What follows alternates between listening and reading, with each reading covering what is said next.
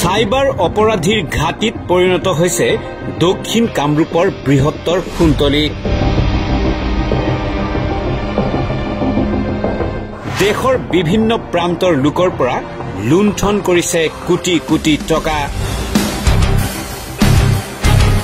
দেশৰ বিভিন্ন ৰাজ্যৰ মোষ্ট ৱান্টেড সাইবাৰ অপৰাধী খুন্তলিৰ শাহজামাল হকে কোটি টকাৰ লুণ্ঠন কৰি আৰক্ষীৰ জালত পৰিছে।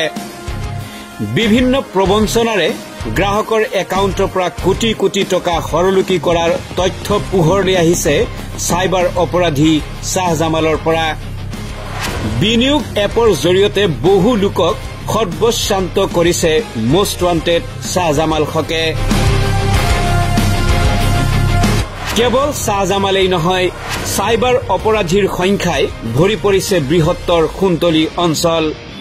অতি কৌশলেৰে কোটি কোটি টকা হৰলুকি কৰি নিশাটোৰ ভিতৰতে কোটিপতি হৈ পৰিছে অঞ্চলটোৰ বহু অপৰাধী মনৰ যুৱক। প্ৰাপ্ত খবৰ অনুসৰি বৃহত্তৰ খুন্তলি অঞ্চলৰ সাইবাৰ অপৰাধীৰ সৈতে লিংক আছে বহু বাঘা বাঘা ৰাজনৈতিক নেতাৰ। সাইবাৰ অপৰাধৰ জৰিয়তে কোটি কোটি টকা হৰলুকি কৰা অপৰাধীৰ ঘৰত হেনো আতিথ্য গ্ৰহণ কৰে বহু ডাঙৰ ডাঙৰ ৰাজনৈতিক নেতাই। শাসক বিৰোধী ৰাজনৈতিক নেতাৰ ছত্ৰছায়াতে সাইবাৰ অপৰাধীসকলে কৰি গৈছে নেকি কোটি কোটি টকাৰ হৰলুকি? এই প্ৰশ্নই এতিয়া ভূমিকম্পৰ দৰে জোকাৰি গৈছে বৃহত্তৰ খুন্তলি অঞ্চল। কি সচেতন জনগণ, কি দল সংগঠন, সকলোৱে গভীৰ চিন্তা ব্যক্ত কৰিছে।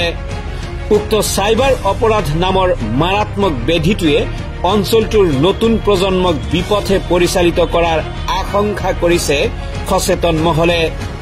সমাজখনক ঘূণীয়া কৰি পেলোৱাৰ পূৰ্বেই এই মাৰাত্মক অপৰাধ সংঘটিত কৰি অহা অপৰাধীসকলৰ বিৰুদ্ধে উচিত ব্যৱস্থা গ্ৰহণ কৰাৰ লগতে ইয়াক সম্পূৰ্ণৰূপে নিৰ্মূল কৰাৰ আশা ব্যক্ত কৰিছে সচেতন মহলে।